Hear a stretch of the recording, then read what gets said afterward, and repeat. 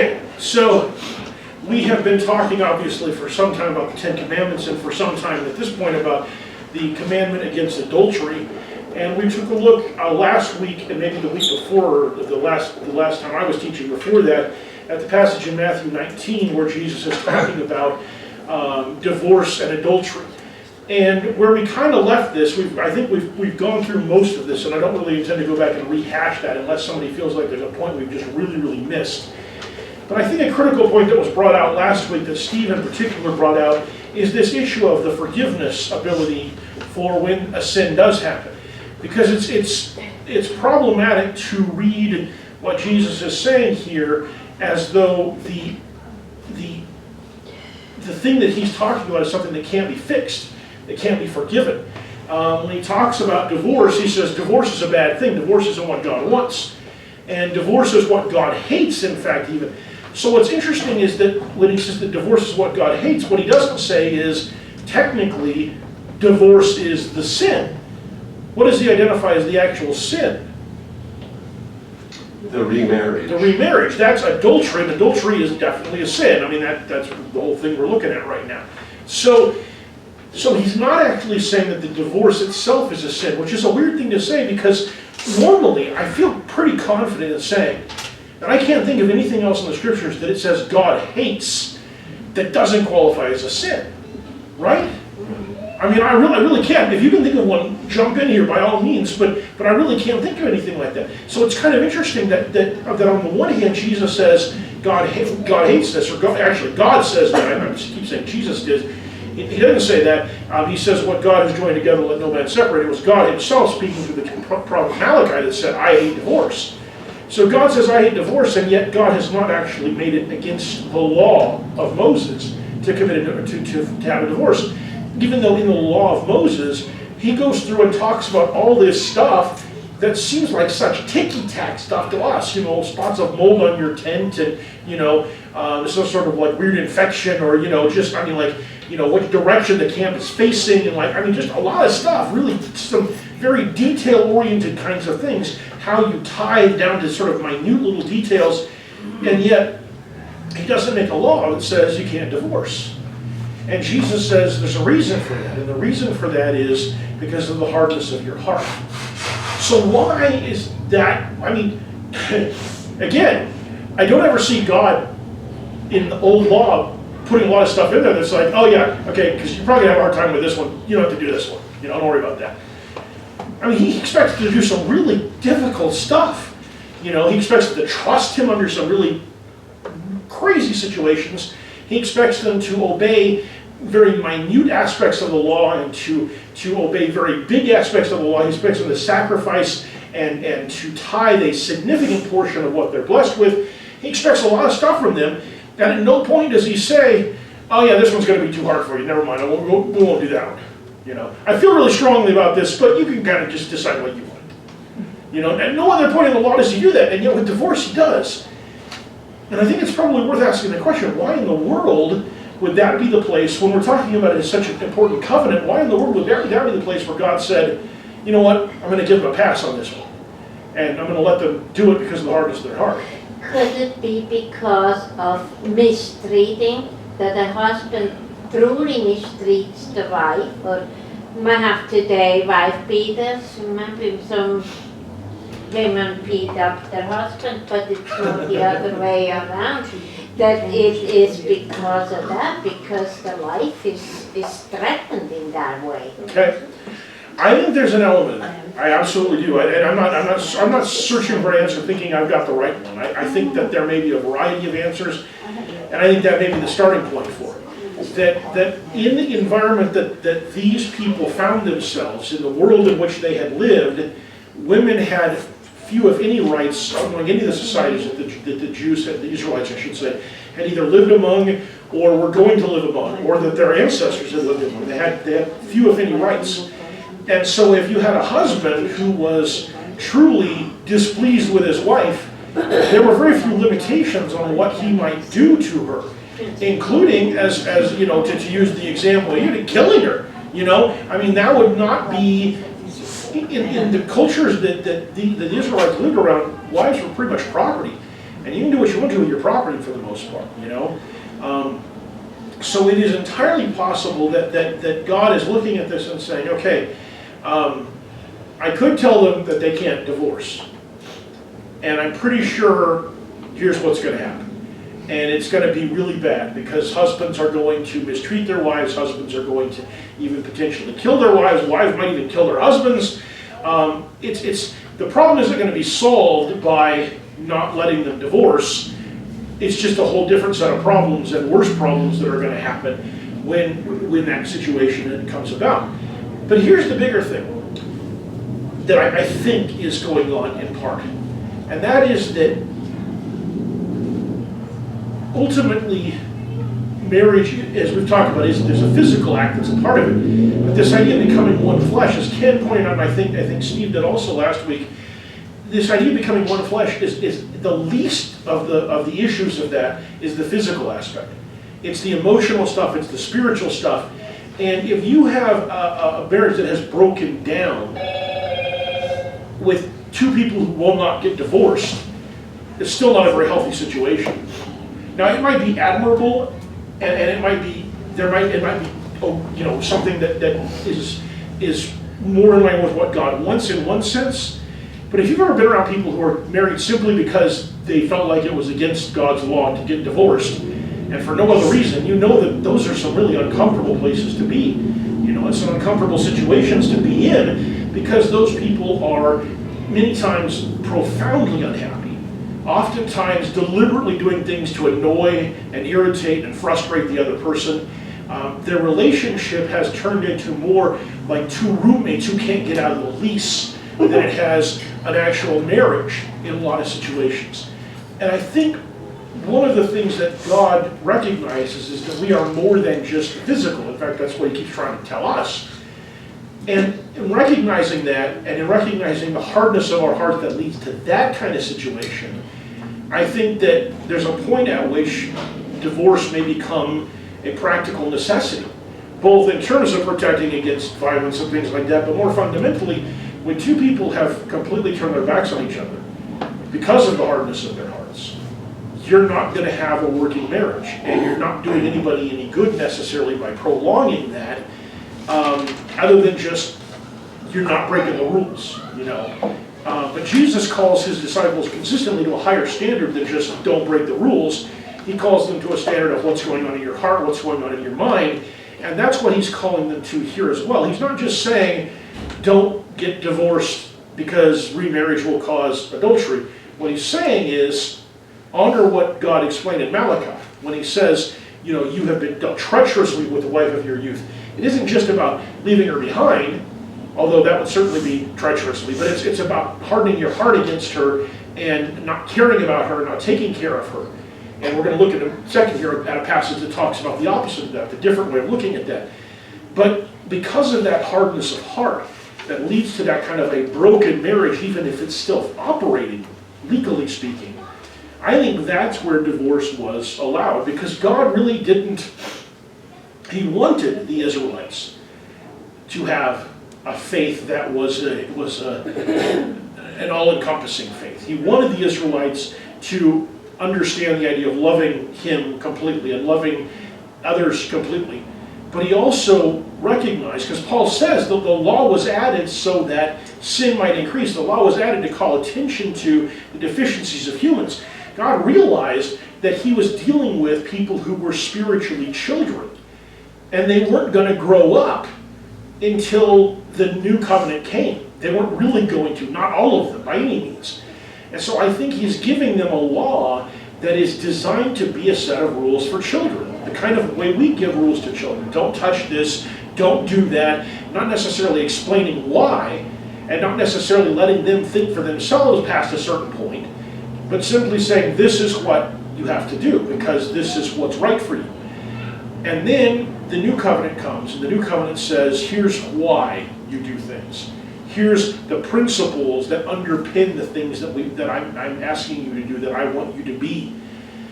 And now, it's a grown-up rule.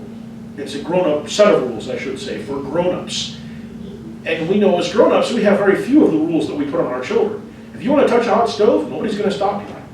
hopefully you've gotten old enough and smart enough to do it yourself, stop yourself. I mean, if you want to, eat too much or drink too much or stay out too late or, whatever it is, you want to do all the things that we tell our kids not to do, you can do them because nobody's going to stop you, but the grown-up knows what is the best thing to do, and the grown-up knows when to limit themselves and how to make good choices, and that's the idea of the new law.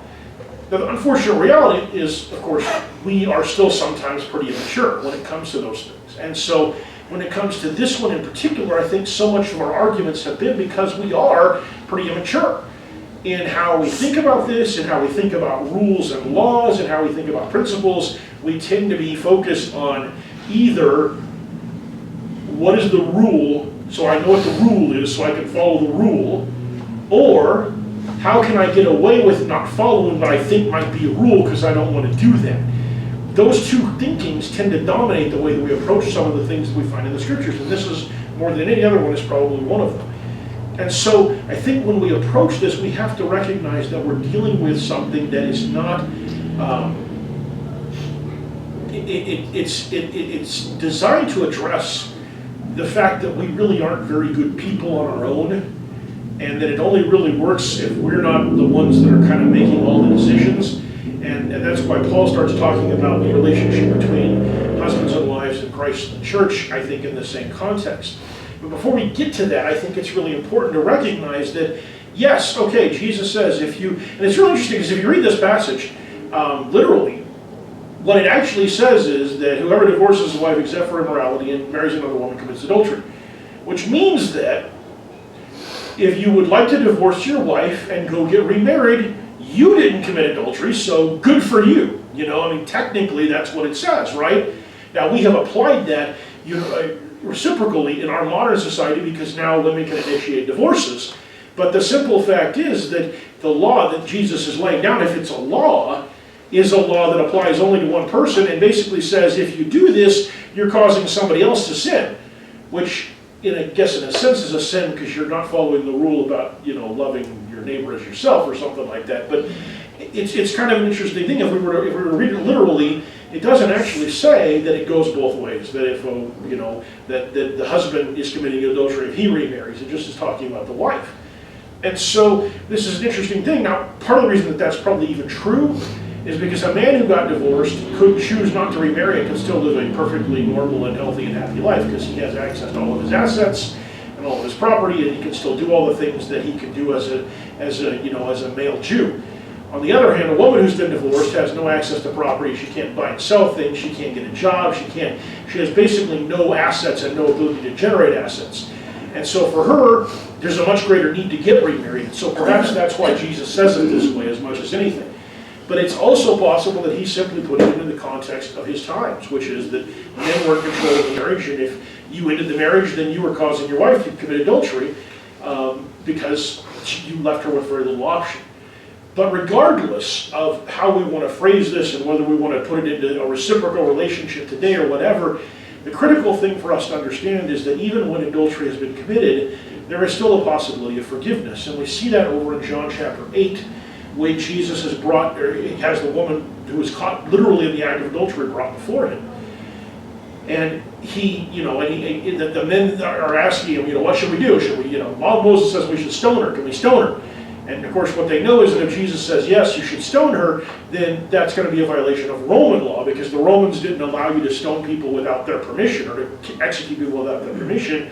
And so this would have been a violation of Roman law. So if he says, but on the other hand, if he says, no, you're not allowed to stone her, then he's going to be in a position where he's breaking the Jewish law. And even if he were to say, yes, the law of Moses says you can do that, but because of the Roman law, you can't do that, then he's going to get himself in trouble with most of the people who hate the Romans. And so no matter how he goes, the Jews think, we've got the perfect trap for this guy. You wonder how long they've been trying to catch somebody in adultery, probably just to present this particular problem to Jesus.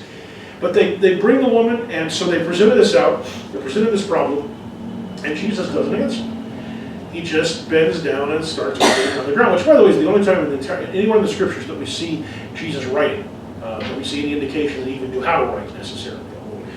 Literacy was actually fairly common in that society. But so he bends down, he starts writing, And they get more and more frustrated because he's ignoring them. I mean, I guess initially they probably figured he was just trying to come up with an answer, and then the longer that he waits, the more they think, oh, we've got him, he doesn't have an answer. And so finally they say, are you even listening to us? What is your answer? And his response, of course, is, let he who is without sin cast the first stone. And he bends back down and he starts writing again. And then I love the passage here where it picks up where I've got on the screen. When they heard this, they began to go out one by one, beginning with the older ones. And I don't know for sure why the older ones went first. I'm assuming, hopefully, that it's an element of the wisdom that you have as you get older. It also may be, as I think I've mentioned this before, there are some writers who think that maybe what Jesus was writing down was the sins of the people that were there chronologically. In which case, the older people would have seen their sins showing up first and realizing, the older men, and realizing that they better get out of there before this got real ugly. And the younger men eventually got to them as well. But whatever it was, at some point, they all realized that this was not going to go the way they wanted it to. And so then at that point it says that he's left alone with the woman at the center of the court. And Jesus straightens up and says to her, woman, where are they? Does no one condemn you? And she said, no one. And Jesus said, I do not condemn you either. Go, from now on, sin no more. Now, this isn't quite the same as when he actually forgives somebody their sins, which he's done on a couple of different occasions, including in the case of a woman who probably was guilty of a whole bunch of different sexual sins, given the context that she's described. But in any event, he in this conversation, in the conversation that he has with the woman at the well, who's had multiple husbands, and we don't know exactly what caused each of them to move on, but it's unlikely that 7 of them died in a row without somebody getting suspicious and reporting it to the authorities. Start to work that one out. So whatever was going on, in each of those cases, Jesus identifies those things as a problem, but says, I'm not going to condemn you. I'm not going to focus on that. Go and do better, basically. Go and sin no more. To this woman here, to the woman at the well, go and tell them about me, kind of a thing. And in the case of the woman who's washing his feet with her hair, he actually does forgive her sins outright. And so what we can see in this is that adultery is a forgivable sin. It has to be. I mean, as Steve points out, if murder is a forgivable sin, and we're saying, you can get divorced, and if you get remarried, it's adultery, and you can't fix it, it can't be forgiven. But if you just killed your wife, then it would be forgivable. That's obviously a problem of logic that is very easy to identify. And so we have this reality that adultery is a forgivable sin. And the real problem we have, and the reason we struggle with this, is because we struggle with the idea of is it an ongoing sin? Because adultery can be an ongoing sin. If you have an ongoing adulterous relationship, if you're married and you are having, you're sleeping with somebody else's wife or just with someone who's not your wife, you're committing adultery. And every time you do it, you're continuing to commit adultery. And so it can be an ongoing sin, just like any other sin. But that's really not quite a parallel situation. Because what's really happening, I think, when we talk about a divorce and a remarriage is that there's a covenant that's been broken and a new covenant that's been formed, and the process of breaking that covenant and forming the new one, absent something else having already broken the covenant that you weren't responsible for. Whether it's the death of your spouse, because nobody argues that you can't remarry after your spouse has died, unless you kill them. Even then, I guess technically law against it. And so that would be one. Or if there's immorality, what we tend to assume is some kind of sexual sin, then the covenant has been broken and you can remarry. So when the covenant has been broken external to you, then there's no sin at all.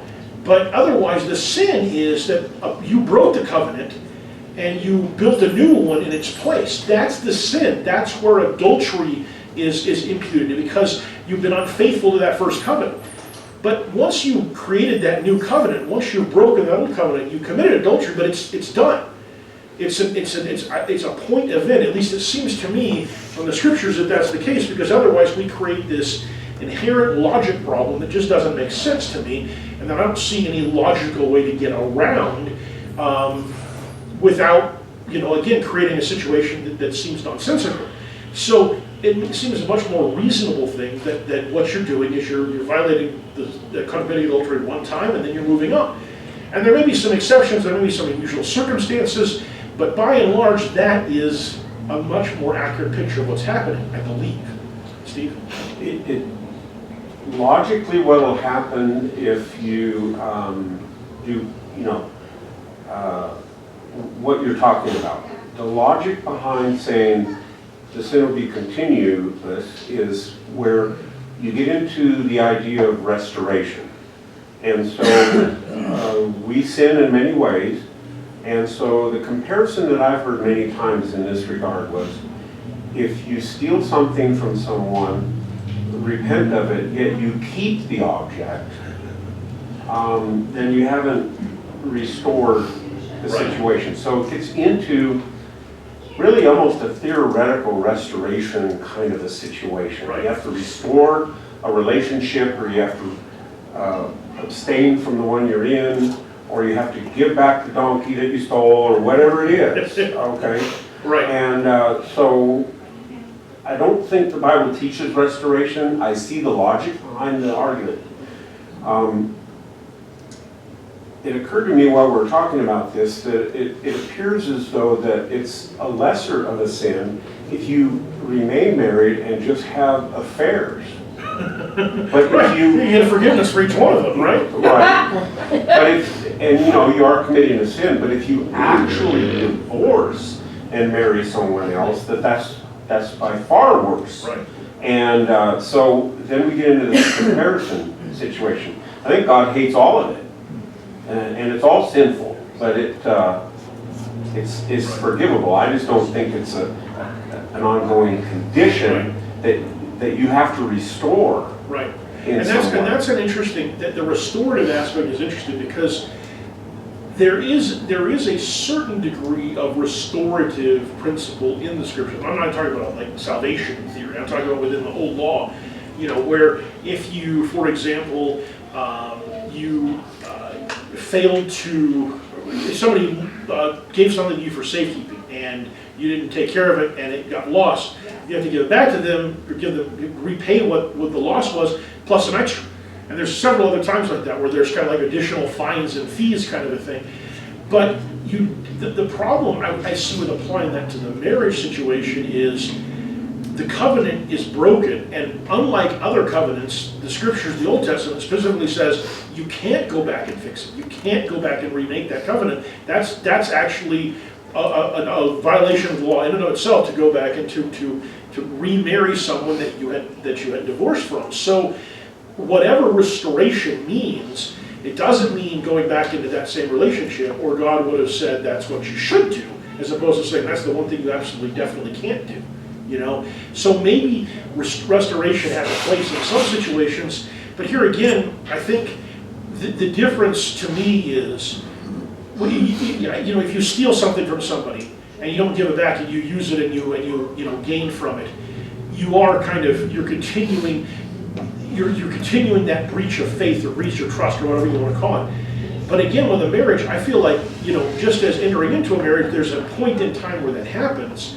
If you terminate a marriage, if you divorce, there's a point in time where that happens as well. And it's not the sort of thing where you can go back and restore it. We think in those terms because we talk about restoring relationships and things like that, all of which is true. But in a marriage, at least, that doesn't seem to be what God has envisioned for a broken marriage. Sylvia, and then I will... Doesn't also have to do with the children. First of all, what do you teach them the way you live? Right. They know that too. And then there comes that inheritance law. If you have had with that woman the marriage and then you have sons, the first son gets double. Now you marry somebody else and you have there the sons too. I think it gets complicated. It does, although theoretically at least, the example of Jacob would tend to govern there, where he technically has 4 different wives and 4 different sets of children from them, and still, actually in that case, none of the firstborn got the inheritance. Judah did, but anyway. But normally it would have been Reuben, ahead of all of them, regardless of how that had kind of shaken out. But it does get complicated in some situations if you marry a woman whose husband has died, and I mean, some of that stuff, I'm really glad we don't live under that law because it's really complicated in some ways. And that's coming from a guy who took an entire semester-long class on estates and trusts about how to inherit stuff, and still finds that easier to deal with than the stuff in the old law sometimes. So there's a lot of complications with divorce. And there's a lot of problems that it brings out, and we're not even trying to really scratch the surface of all that stuff, because many of you have much more experience with that than I do, either personally or with your children or in various ways. The simple fact is that where we are is in a society where divorce is common, it is normalized, and on the one hand, I suppose in some ways that makes some of the impacts, like social shaming, for example, of kids, much less of an issue. I don't really see any of my kids in my classes, saying to somebody else, "Oh, you're divorced," you're because like half the kids' parents are, so that would be a weird thing to say. But in general, what it creates is a much larger problem for our society. Because the more you have that going on, the more dysfunctional our society is in a lot of ways, and we see a lot of those consequences. And the reality is that, whenever you're doing something God hates, there's almost always a reason why, and it's not just because God has this weird moral compass that the rest of us share. It's almost always because there's some bad effects that go along with it, and divorce is definitely one of those ones that has some really serious problems. Linda, did you have your hand up, and then I'll come over to Jerry. 2 quick points. Number one, I think David and Bathsheba, you got adultery and murder. Right. And well, see, he forgiveness. took care of the problem because the guy's dead after that, so you're okay. But it was forgiven. And the other one we haven't talked about is Matthew 5:27, where Jesus says that any man who looks at another woman lustfully has already committed adultery in their heart. Right. And I think that's where the intention goes with any sin. Yeah. And of course, there, theoretically, what the answer that you would get back from somebody who was a real hardliner about this is, well, that was a one-time thing, they can get forgiveness for that, but it's not an ongoing thing, But sin is sin and adultery is It sin. is, and I agree, and that's the thing is adultery, to me, adultery is you can continue in adultery, but it's a series of events, not just necessarily an ongoing thing. That gets complicated because relationships are complicated too. But in any event, let's go over to Jerry. One of the I guess, overlying thought that I've had about divorce is it is a contract. It is a commitment to the other party. But so is buying a car. That God doesn't look at that any different. If you've made a commitment to buy this automobile for this amount of money, then He expects you to honor that commitment. And if you don't, if something happens and you lose your leg and you have to declare bankruptcy and you can't pay that bill, it may be a sin to not pay that bill, but God's going to forgive you of it. That's the contract. Yeah. You're going to be forgiven. If it's, if you just walk away and say, I'm not paying it, it's still a sin. And the divorce, I don't think, is in labeling it as a worse sin than not paying for your car is probably not right. It's probably a sin is a sin. And that and they can be forgiven, like Steve said. I would agree with. That's one of those things where it's kind of a complicated idea because on the one hand I would agree with you that sin is sin, and all sin is a violation of God's law, and yet even in the Old Testament some sins got your head cut off, some sins got your hand cut off, and some sins you just paid some money for. So on the one hand, sin is sin. It's all violations of God's law. It all separates you from God. On the other hand, God clearly views some sins as being more harmful or more, either, however you want to look at it, you can either say more in need of a higher level of punishment of retribution, or more in need of a higher level of punishment to make sure people don't do it. Either way you want to look at it. So from that standpoint, I think we can look and say, okay, yes, any contract you're entering, any agreement, any promise you make, anytime you give your yes or your no, as Jesus says, you're supposed to honor that. On the other hand, there's a reason we make a marriage ceremony so much more formal than signing a contract or agreeing on where you're going to go to lunch or something like that. You know, it's the damage you do if you break that contract is like very, very different from breaching most other kinds of contracts. Most other kinds of contracts. I mean, sin is sin, but if you look at when Jesus said, if you hurt one of the little ones, it's better you have a millstone around your head and be thrown into the lake and you're fish food. I mean, that is for Jesus a greater sin as anything else. Yeah. Okay, we need to move on. Oh, sorry, go ahead, Just Steve. real quick, clearly the message is try to avoid this situation. Right. Okay.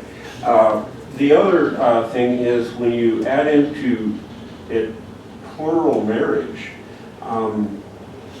that was Right. prevalent in the past and in some isolated cases even today. But plural marriage was never the intent of God That's right. either. Right. That's right. And so is that adultery or is that just a man-made That's No, interesting. you're done. multiple That's marriages? right. And it's interesting that by Jesus' time, within the Jewish community at least, multiple marriages were extremely unusual.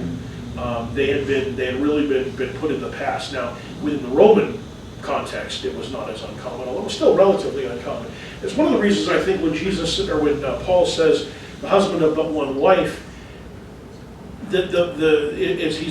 he's probably saying it almost in the sense of if you got two wives right now, most of the people around you that aren't even Christians are going to look at you and go, that's a little weird, you know. We don't really feel good about that, and that's likely to bring reproach on the church. So now, and of course, the big question is, was talking about if you've been divorced and you've been remarried? I'm not going to that question now because I'm not doing the qualifications for an elder, and I'm going to have trouble getting to the 10 Commandments right now. So I want to finish up with this though, and this is Ephesians, because Ephesians is where God, through Paul, lays out what I think is his position, his answer to the hardness of your heart problem. And he lays out how your heart should be in marriage. So he says, wives, be subject to your own husbands as to the Lord. For the husband is the head of the wife, as Christ also is the head of the church, he himself being the Savior of the body. But as the church is subject to Christ, so also the wives ought to be to their husbands in everything.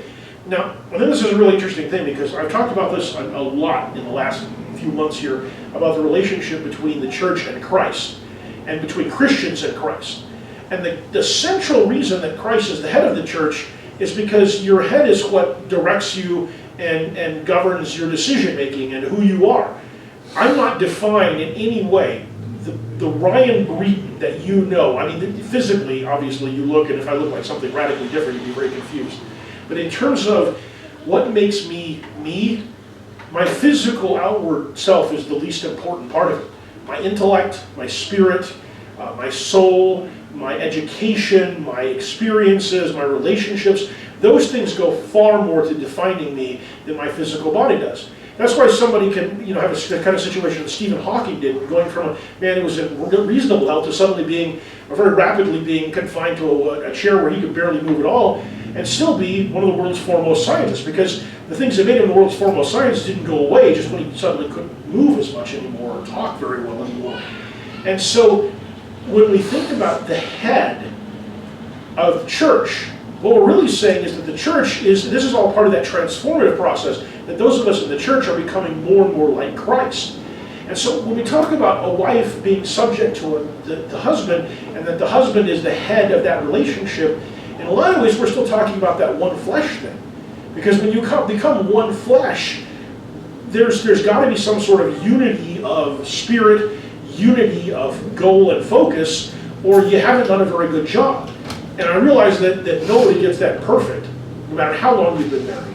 But the simple fact is that that's what I think Paul is calling for here, is a unity of purpose and spirit that leads to a common direction, with the understanding that the husband is the one who is supposed to be the one setting that direction because of this hierarchy that Paul is talking about. Do you think in Ephesians 5 here that he's talking about the church compared to marriage, or is he talking about marriage compared to the church? Well, let's wait until we get a little further along, and then it's going to be easier to answer that question. Okay. So just wait. It's a good question, but just wait. So then he goes on and he says, husbands, love your wives, just as Christ also loved the church and gave himself up for her, so that he might sanctify her, having cleansed her by the washing of water with the word, that he might present to himself the church in all her glory, having no spot or wrinkle or any such thing, but that she would be holy and blameless. Now, this is an interesting thing, because he says to the husbands, you need to have towards your wife the mindset and the attitude and the willingness to do for her what Christ did for the church, to save her, to do whatever was necessary to make sure that the church achieved salvation, achieved righteousness, achieved a relationship with God. Jesus did all that stuff. Now, let's forget about the fact that we're talking about husbands and wives for a second, and let's ask the question: if you had to say who got the kind of the lesser end of the deal in terms of who had to do the most between you and Christ, in terms of the relationship that you have, who would you say has to do more work? Christ. Okay? Between Between me and Christ, you and Christ, who's doing more work? So obviously Christ. Obviously Christ is. Who's giving up more? Christ is. Who's getting the better end of the deal? We almost always, people outside the church think that Christianity is such a terrible thing because of all these rules and things like that. What we know that they don't understand is that we're getting the much better end of the deal, because God is giving up a lot of stuff, including his own pride, including his own, his own sense of righteousness, in order to make grace available to us through Jesus, making up that sin, and of course giving up his own son. There's a lot that God gives up in order to make a relationship with us work, and Jesus gives up and does. So if we think about it in that context, and then we bring it back to the marriage context again, Paul is saying, husbands, be like Christ in the marriage. Wives, be like the Christians in the marriage. Who's giving up more? Or who's expected to give up more? Who's there a higher burden being placed on here, if that parallel is legitimate? The husband. It would seem like there's a higher burden being placed on the husbands. Now, the problem is that we live in a society where the notion of somebody else being in charge of me is unacceptable to me. You can't tell me what to do.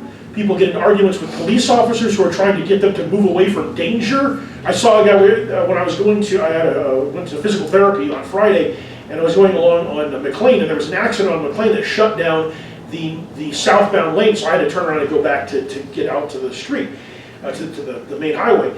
But as I was coming up there, this wreck was taking up more than half of the road. The cars on the other side were just barely able to get by. And there's a guy in a pickup truck who's leaning out his window, yelling at the police officer and telling him he can't tell him what to do, he has to go that way, and the police officer should get out of his way. And I'm thinking, are you an idiot? The evidence seems to suggest you are, but are you an idiot? First of all, clearly this is not a situation where you can go the other way. There's no way that could be safe, and there's no way that that's going to work. And second of all, why are you yelling at the man with a taser and a gun on his belt? Just on a practical level, what is wrong with you? And so we are like that. We live in a world where we say, you can't tell me what to do. You can't make the rules for me. I get to do what I want to do. I get to be what I want to be. And when we live in that world and we think like that, then the idea that I would have to let somebody else be in charge is really, really difficult for me to accept. But we're Christians.